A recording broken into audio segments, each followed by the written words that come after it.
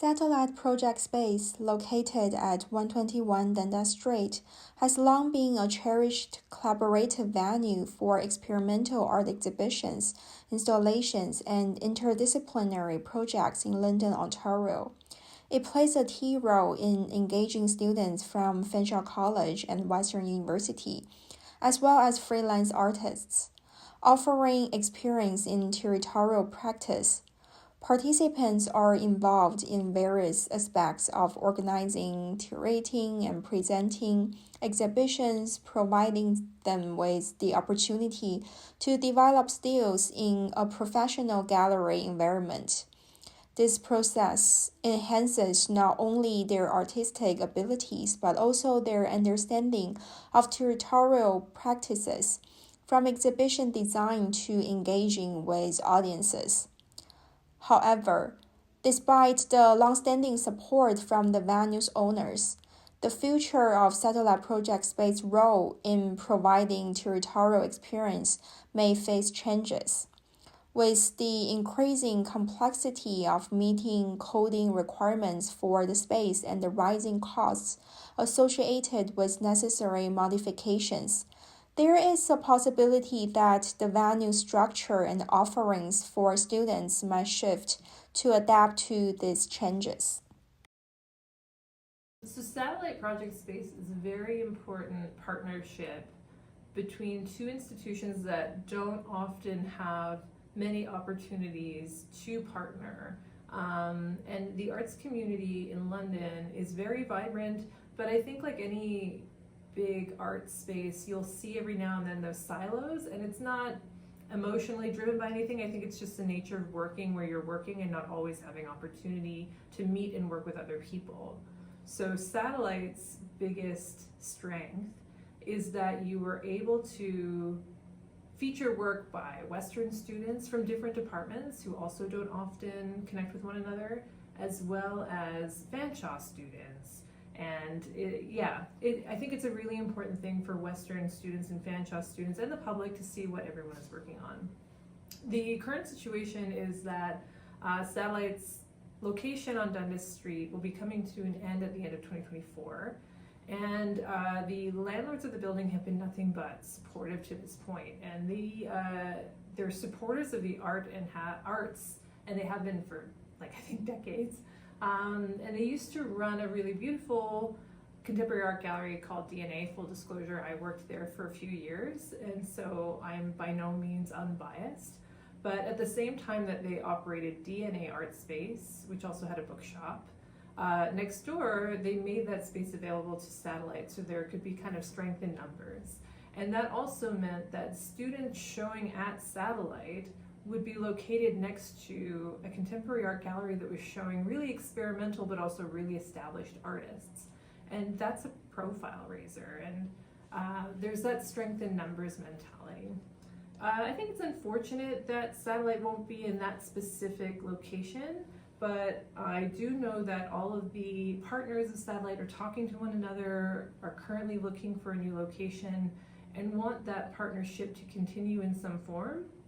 I know that there's a possibility that there might be a temporary solution while we think of something a little bit more permanent.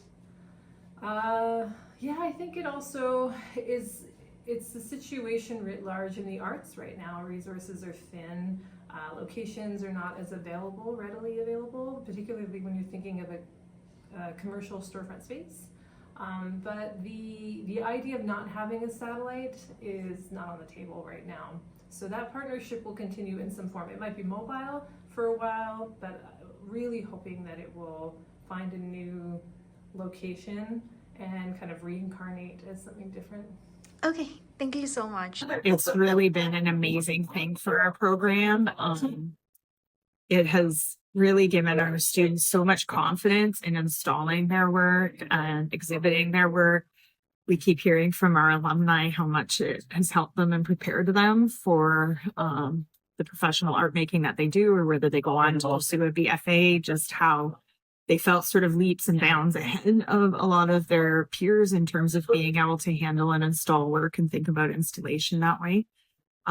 installation was always an important part of the program. So how it works in our third year is they are doing semi-independent studio.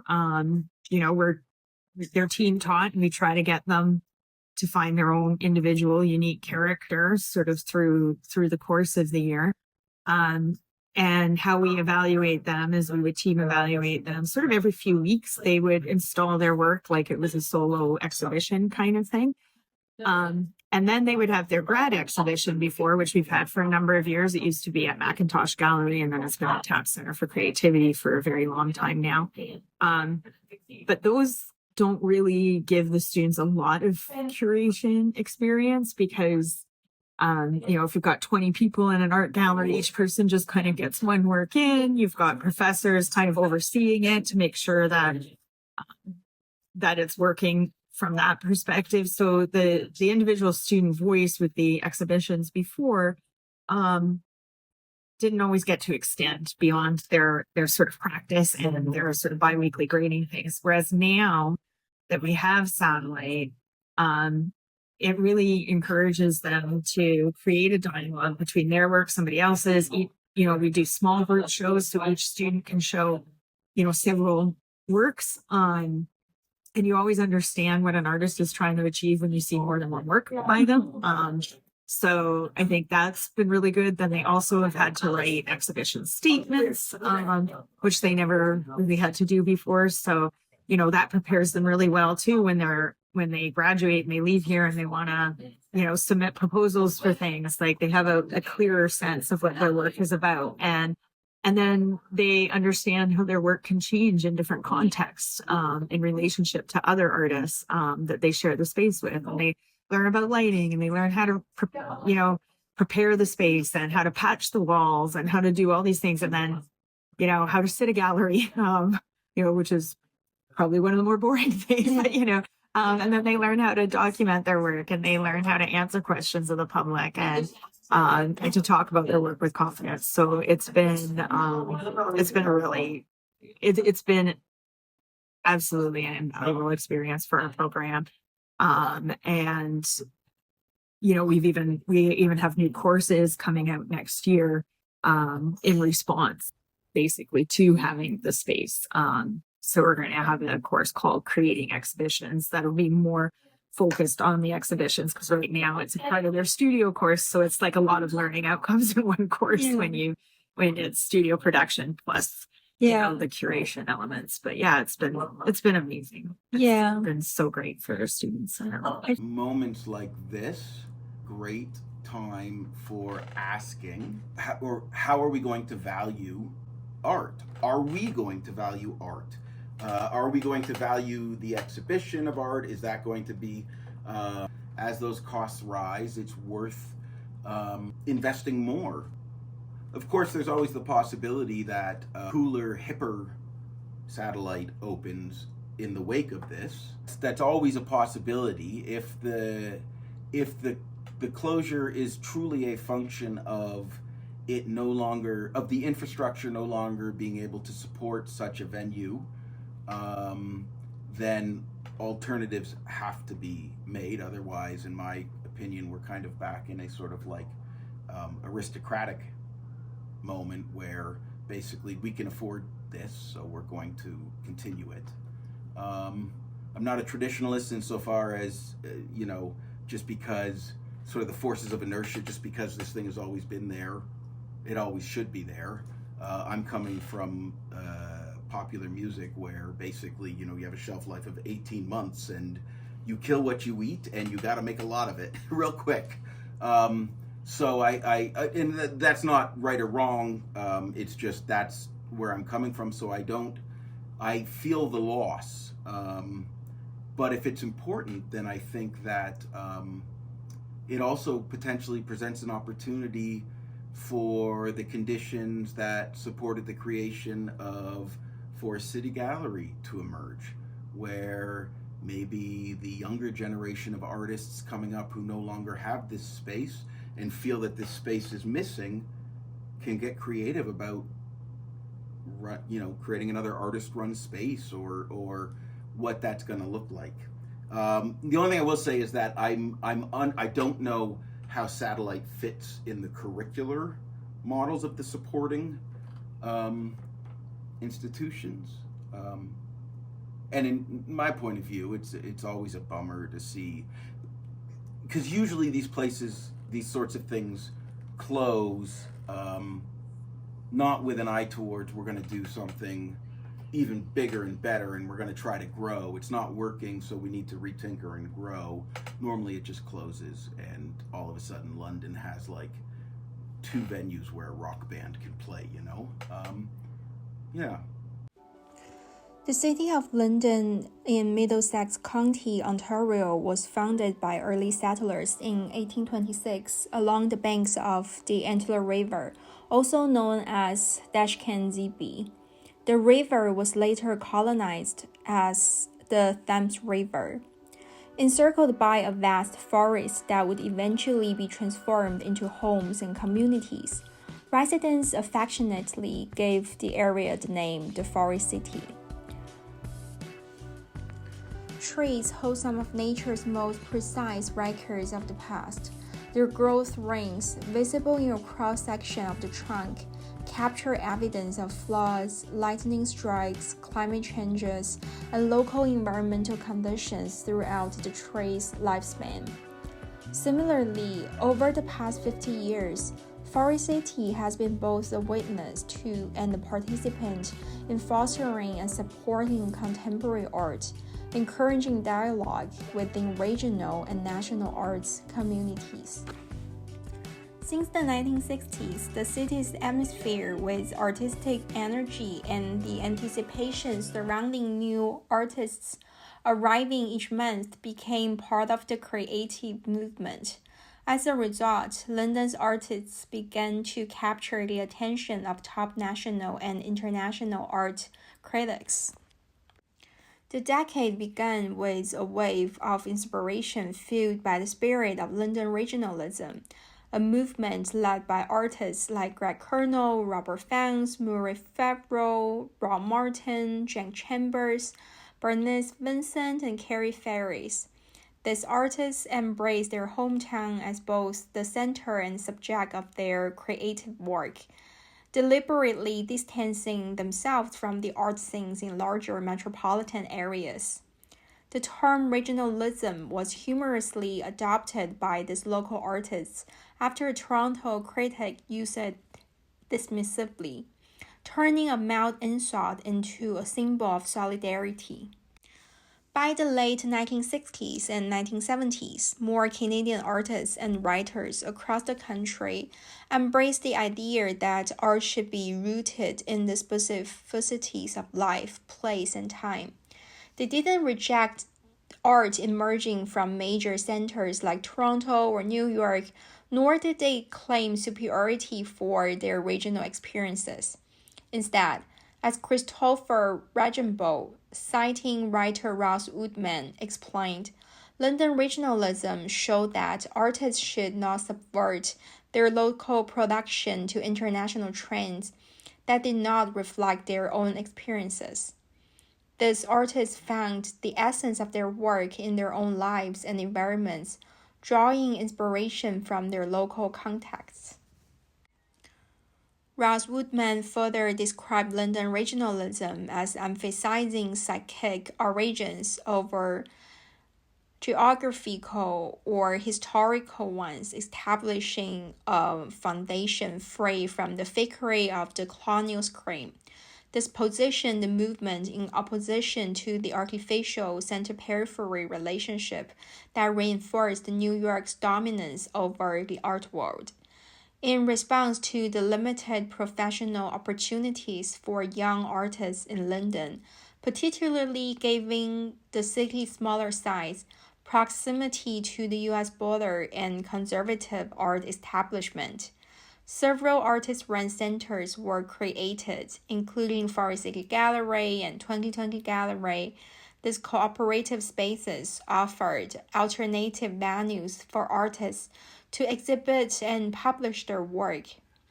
During the 1960s to 1980s, London's art scene expanded with the formation of cooperative galleries, like Region Gallery, 2020 Gallery, and Embassy Culture House.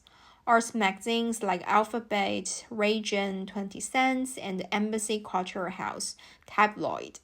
A theater workshop, the Alpha Center, a pseudo-political party, the Nihilist Party of Canada, a film distribution cooperative like London Film Cooperative, and a national arts advocacy group, CAR, now known as CARFAC. Well, London in the late 60s, when after I got out of art school and I got my first studio in 1968, November 1968, the downtown area was full of old Victorian buildings, and they were very charming, architecturally beautiful, and there were lots of vacant spaces for artists to find studio space. And so even though it was a very small town, and there were only like 3 blocks of downtown with all these old Victorian buildings, it had a real historical charm to it, and seemed similar to me at the time to what was then called swinging London, meaning swinging London, England, where the whole psychedelic movement was happening, and people were painting buildings and selling colorful clothes, and all the bands were emerging, the Beatles, the Rolling Stones.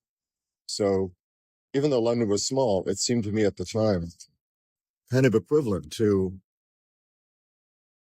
analyzed as it was, because the function of the 20 Cents magazine was that there would be a show at 2020 Gallery.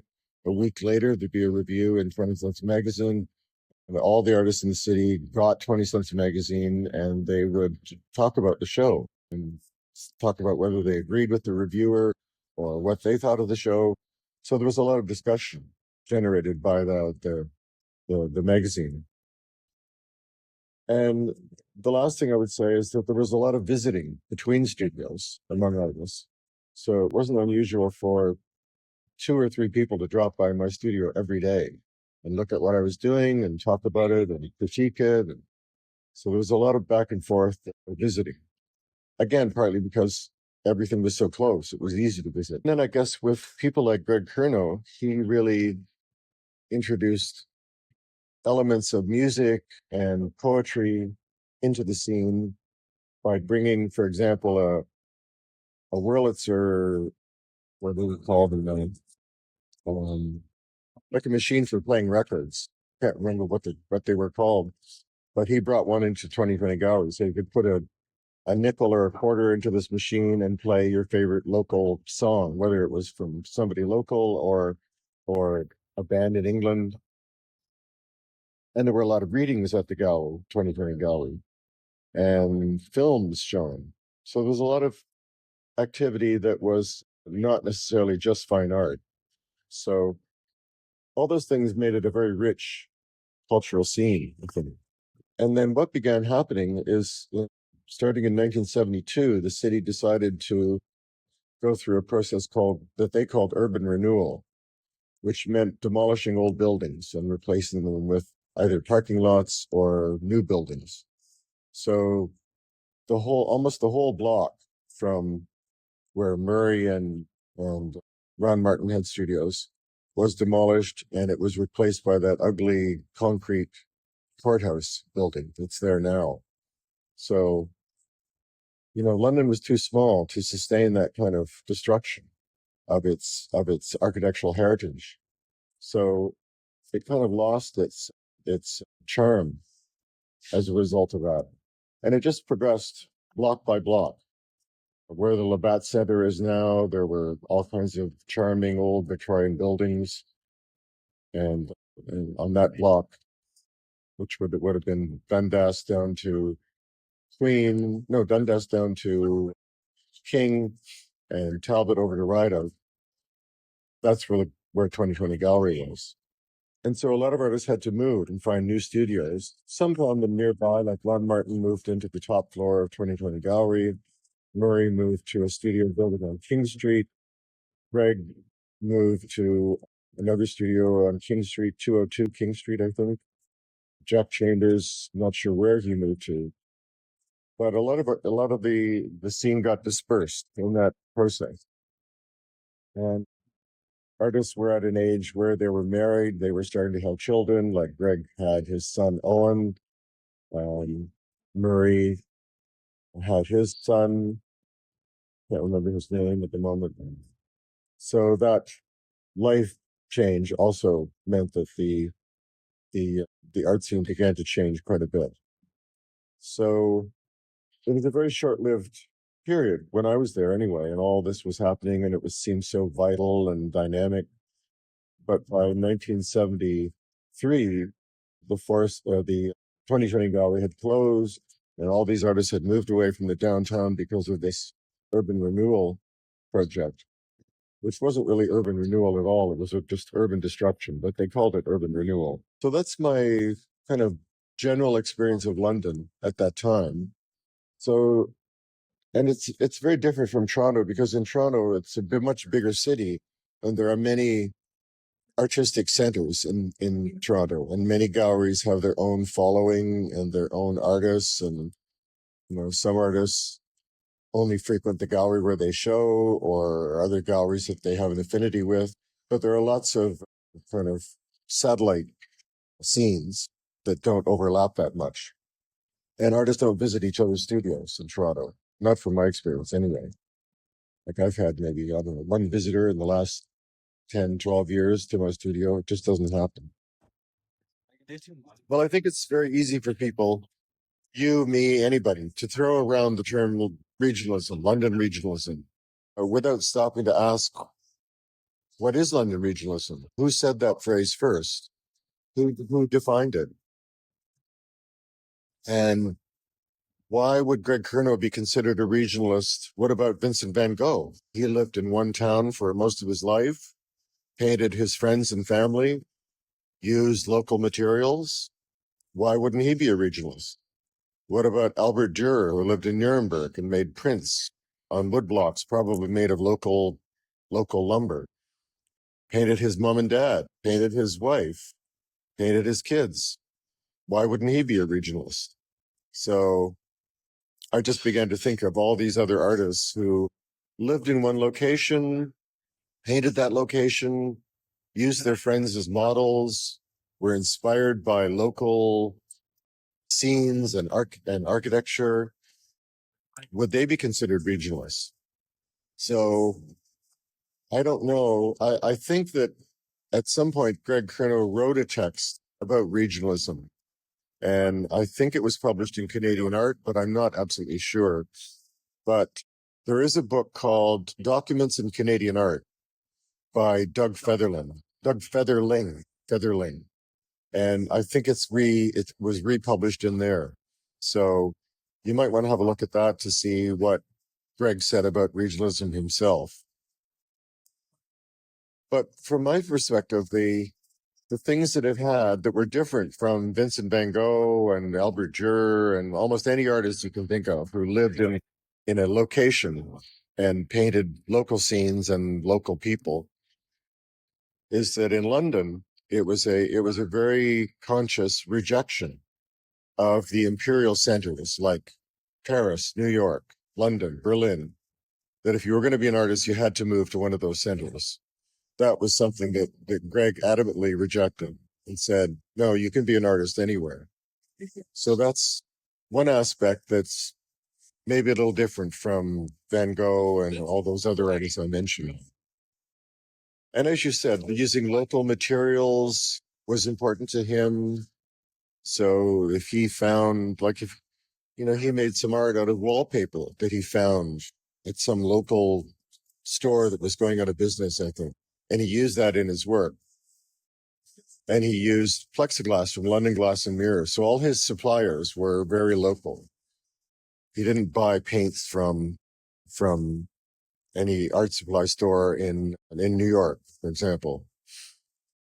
And he very infrequently went to New York.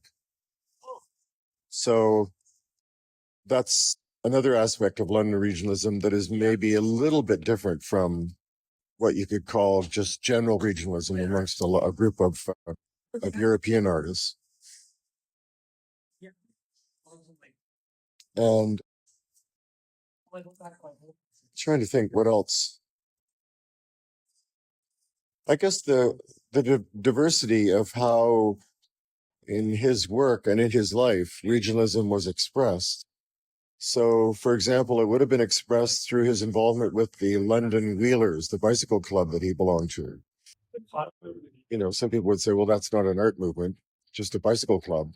But for him, I think it was part of his connection to the area where he lived, because all the bicycle routes that they would take would lead out from London, Ontario to various smaller cities around London. And he designed the jersey that they all wore. So it was another way to express his commitment to London, Ontario. Same with the Nyla Spasm Band. They made their own instruments. They didn't go to New York to buy fancy $1,000 instruments. They just made their own. So that was another expression of his commitment to local people, local talent, and a kind of, what you call it? He used the term bricoleur, which was it's a French term meaning making something out of what's available, whatever's available. Bricoleur, it's called. And so the Spasm Band instruments would be an example of bricoleur. They just used whatever materials they could find and made their own instruments.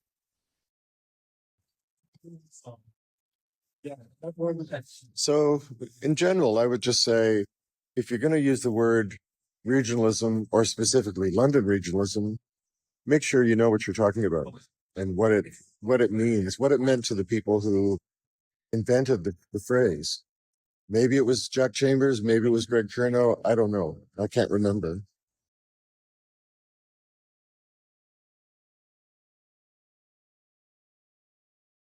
And in the 60s in general, in Canada, I'm thinking in particular with New Left nationalism, the regionalist idea is going to really resonate with New Left nationalism, which sees sort of America as this kind of like salivating cultural juggernaut standing at the border.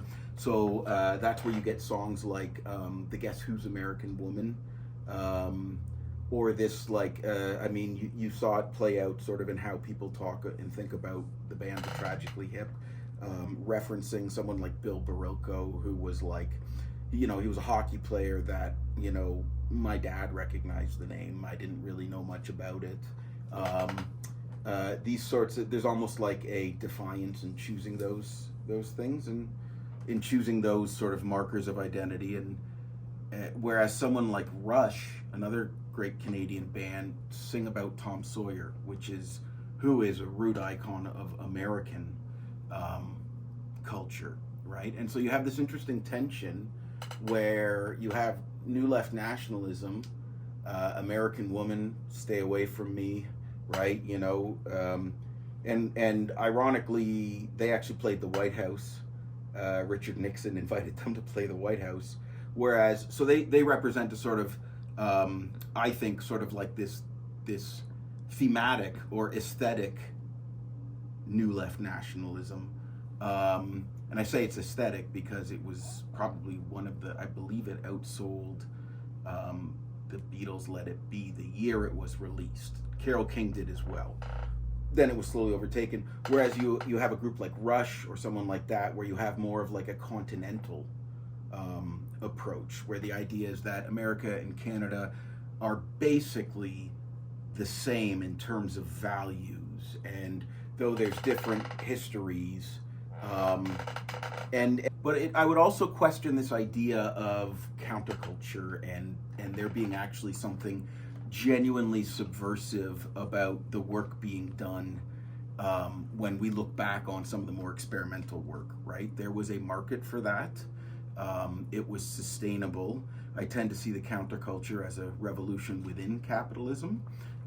So anytime you look at a system where the only ethical good is intensifying the rate of return, it's going to be inherently revolutionary, and that's going to not just examine, you know, revolutions in form, like in modernism, which you had, where you would have the actual form of you know, the idea of what an exhibition even is, or what a performance even is being poked at and played with, and those sorts of things.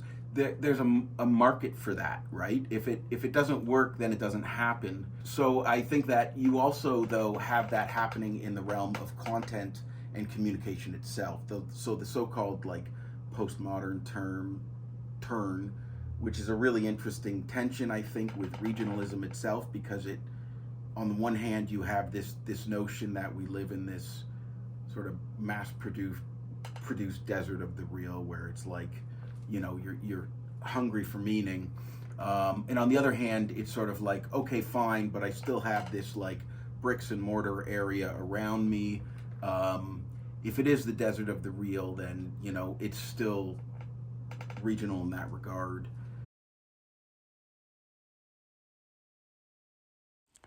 In contrast to the fast-paced and often market-driven scenes in Toronto, Vancouver, and New York, London's art community fosters a more collaborative and experimental spirit. Spaces like the Forest City Gallery and Satellite Project Space offer platforms for artists to explore interdisciplinary projects without too much constraints of the commercial art world. This makes the London art scene more community-focused, allowing for cooperative structures and alternative gallery models, which have been a hallmark since the 1970s. Yeah, it's funny, like, to be called an artist-run center formally now, that usually in Canada refers to a recognized nonprofit or charity. So to be honest, Forest City Gallery is the only formal artist-run center in London, because it's a nonprofit organization, and it's also the only formal artist-run center between Hamilton and Windsor. And that's really unusual, because when you go to a bigger city like Toronto, Vancouver, Halifax, you'll see multiple artist-run centers in one larger city, and they can cater to different things. So in Toronto, you'll have one artist-run center that's more focused on photography, for example, one that's more focused on performance, one that's more focused on specific community groups, and representation of specific groups that you don't see in more mainstream spaces. In London, though, alongside an artist-run center like FCG, you do have artist-run initiatives. So Good Sport's one of those. There's collectives like Zine Fiends, who, again, that's an artist-run initiative. It's really community-oriented. It's really supportive. It's all about like mutual support and promotion and working together. And I think that it's very grassroots. And when it's really grassroots, whether you're an artist-run center or a collective, you learn to do by necessity a lot with very little. I mean, London actually does have quite a few opportunities for emerging artists. You know, like I'll highlight a couple of them. Like, so Tap Center for Creativity, for example, has an emerging artist residency program. We've been fortunate in that we've had a number of our graduates have done that, and that has been really key to supporting their development outside of school. In a professional setting, it's a fantastic program. So it provides a studio space, a stipend, an exhibition opportunity, and plus the community of the artists at TAP. It's amazing. Actually, two of their resident artists now are graduates from our program. Ashley Sandham had their show in summer, and then Ian Indiano, who's actually teaching in our program as well, has his show up right now. So, and then you also have things like Resonance Printing, which is an Indigenous-led print shop. Also supplies like internship program, paid internship opportunities for Indigenous artists that want to do screen printing as well. Then we have Forest City Gallery recently has carved out the Pure Space to sort of focus more on artists in the community, to allow community members to show a little bit. And then they also have their annual members show, which can help. You have like some artist co-ops like Good Sport and whatnot that are these really great sort of collectives that are helping emerging artists work together. Musically, one thing I will say in terms of changing dynamic, our outputs are more diffuse. So it's really difficult to talk about a regional quote unquote scene in music. Um, and that's in large part because you have uh, technologies of distribution, miniaturization of industry, like technology expertise, that's no longer necessarily tied to a particular place. So the vast majority of mixing I've done in the last 2 months, for instance, have been for someone in Africa, someone in Berlin, someone in Amsterdam.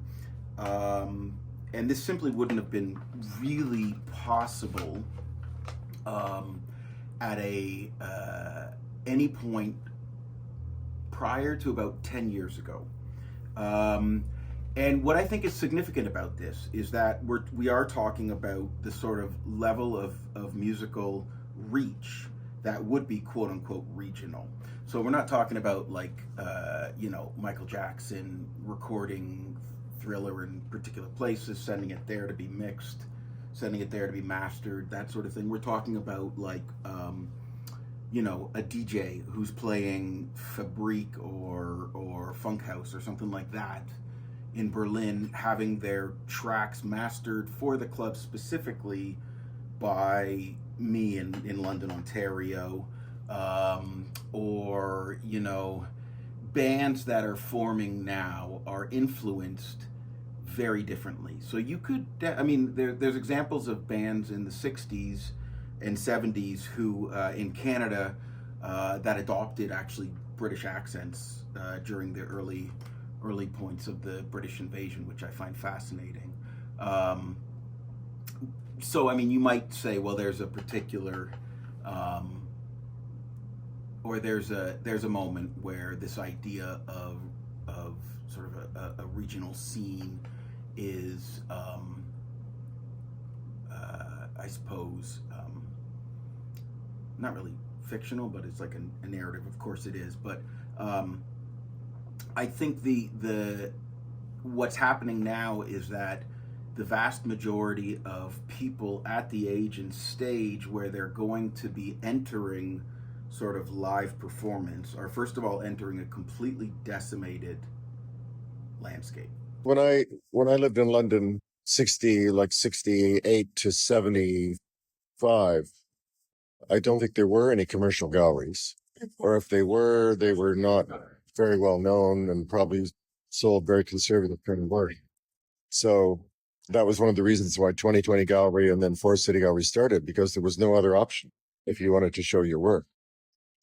The biggest institution there was the London Public Library and Art Museum, which was very conservative, run by a man named Claire Bice. And even though Greg Curnow had a happening there, I think in '63 or something, where he and a group of friends kind of smashed a bunch of easels and walked over them, and it was what was called a happening at the time. Even though that had taken place there, overall, the London Public Library and Art Museum was a very conservative kind of building. And so it was good that it existed because it gave local artists something to resist against or protest against and come up with their own solutions for how they wanted to exhibit their work. And, now there's with his gallery in Carling Street, blanking on his name. Anyway, there are some commercial galleries in London now, but at the time there really weren't, or if there were, they were also very conservative.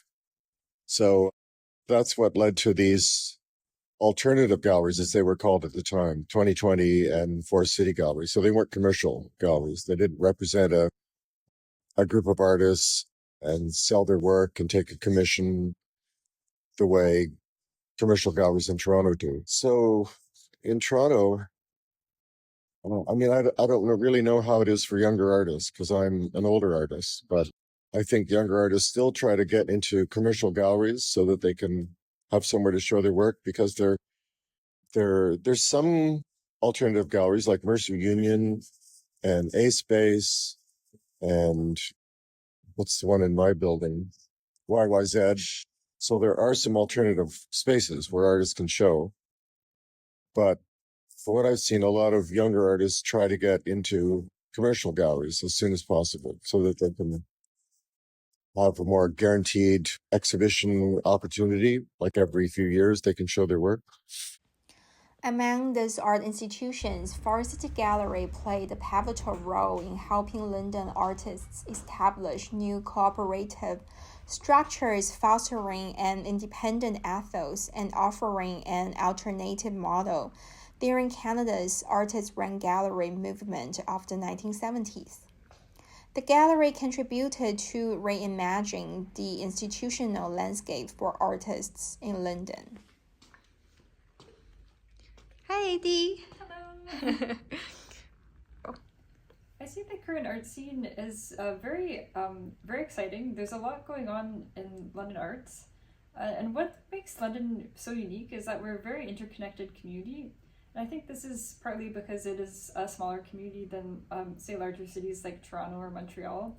A lot of people show up for each other, which is really great to see. For example, like the literary community, it shows up for the arts community shows up for the music community, and it's very cross-disciplinary in that sense. So I think that's something that does set London apart from other cities. And post-pandemic, a lot of things are happening. There's lots of art gatherings, readings, book launches, things that really do bring people out and kind of create that sense of community. So I think that things are looking great for the London arts community. London's art scene continues to grapple with the balance between maintaining its rich artistic heritage rooted in London regionalism and adapting to the digital age. The rise of online platforms has introduced new opportunities for artists to reach wider audiences, but smaller galleries must now navigate the complexity of building relationships with collectors and artists online, which can be daunting without significant resources.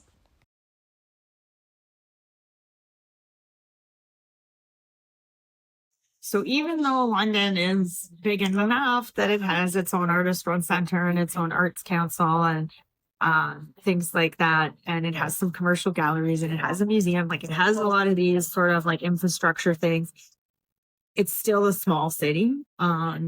So you don't get the exposure that you would in a bigger city. And I know that that's something that I have like struggled with because when I first started out, you know, I had a studio in Toronto, and if you do like an open studio event there, like it would just be like the amount of people that would come were like huge, you know, and it was just there were just so many more things going on.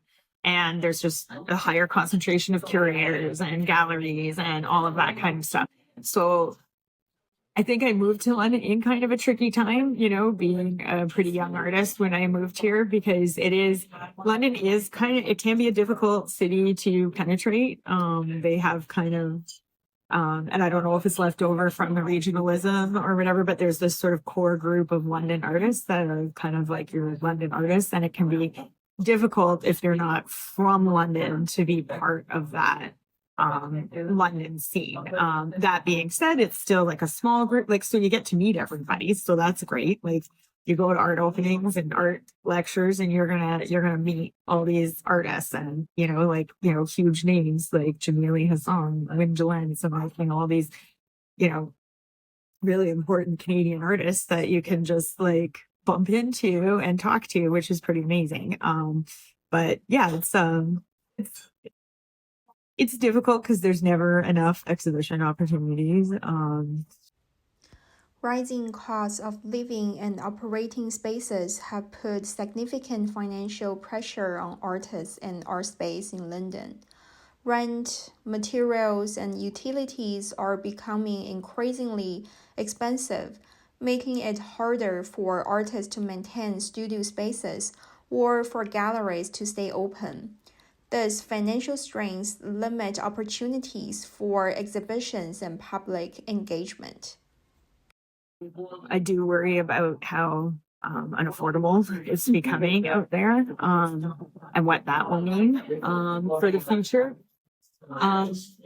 There's never enough exhibition spaces. Then you get spaces like Forest City that spun out of the revolutionary ideas that artists had at the time, but then that falls into this funding model. So, it's like, and each year it seems like you're fighting more for funding, and, and it's like there's all these pressures to sort of shrink. And then when government gets involved, everything slows down because there's so many forms and so many applications that have to be made, and you're always making an application for funding, but you don't find out until months later whether your grant was successful, and then you have to rejig budgets when you never get what you ask for, the full amount. And so it's and everybody's chronically understaffed and very reliant on volunteers, and a lot of them are artists that don't always have all the backgrounds with business and accounting that some bigger organizations can have. So it's like it's a sort of stressful flux that way. And so a lot of these publicly funded places, they can't do a whole lot all the time, like in terms of like the number of exhibitions. But then there's still lots happening. Like I was talking to Sandra at TAP the other day, and TAP did over 100 events last. And they only have 3 full-time staff. Like, it's like, it's a lot, it's a lot that goes on and that happens here. And it is exciting. And then, like we've had organizations like Loma as well, another restaurant center. So I've and again, this is one of the advantages again of London is it's quite easy to get involved if you want to. So when I first moved here, I started volunteering at Forest City. Then I was on a board for 6-7 years, something like that. I was on the board of Loma for a number of years as well. It's like you can get involved right away, which is nicer than being in like a bigger city. So you get to learn a lot about like how these organizations and structures work. But again, they are kind of limited all the time because they have to plan ahead. And, there seems to be this attitude, I think, especially since the pandemic, where everybody should do more with less or something. And it's tough. I think it's really tough for organizations that, are always worried about fundraising and all this kind of stuff, which, deters again from what they're trying to do. And then they have to scale back because there's only so many exhibitions that they can afford to launch here and physically organize, like, cause it's so draining on the people working there too. So there are definitely fewer exhibitions, like turnover now than there were, like when I first, so I moved here in, I think 05 or 06, 05, maybe 2005. So I've seen like changes since then in terms of the amount of access there can be to like exhibitions. It's definitely more difficult when you're starting out, but I feel like that's probably not a problem unique to London. I feel like it's in a lot of places, but the idea in music is that it's free, right? I will also say from my own dabbling, I've made much more money from art than I have from music in the last 3 years. People seem willing to purchase those things. I wanted to say, talking about access, and this, might be linked to where I was like, it's kind of a tough nut to crack London in this like weird way, even though it is like easy to get involved. I do think it's also traditionally been like a bit of a boys club and a bit of a white boys club too. So I think you'll find, when you start looking back at a lot of shows and how London is represented in shows, again, there are exceptions, but it's like you will see it's predominantly the white male that you're going to see over and over again. So I do think that the there are steps to try to improve that, but I think, we can still go a long way with that. Like the population in London has grown so much, even in the short time that I've lived here. And the population keeps becoming increasingly diverse. So yeah, it's important that there's space for everybody too, and that is recognized as we continue to grow as a city. And that's why it's like the more community spaces there are, the better. And I think there's a lot of pressure on tap right now, and especially since satellite now is the only partners are the academic institutions. It's like it's important to have many accessible spaces available to a variety of artists, if that makes sense. London regionalism continues to influence the current art scene in London, Ontario. Though it manifests in new forms, artists today often draw inspiration from the core values of London regionalism, localism, community focus, and personal expression, but adapt them to contemporary concerns and practices.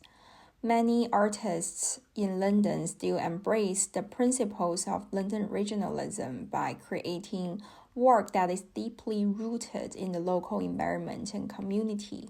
This includes art that reflects local landscapes, histories, and cultural narratives, maintaining the regionalist ethos of drawing inspiration from one's immediate surrounding rather than international art trends.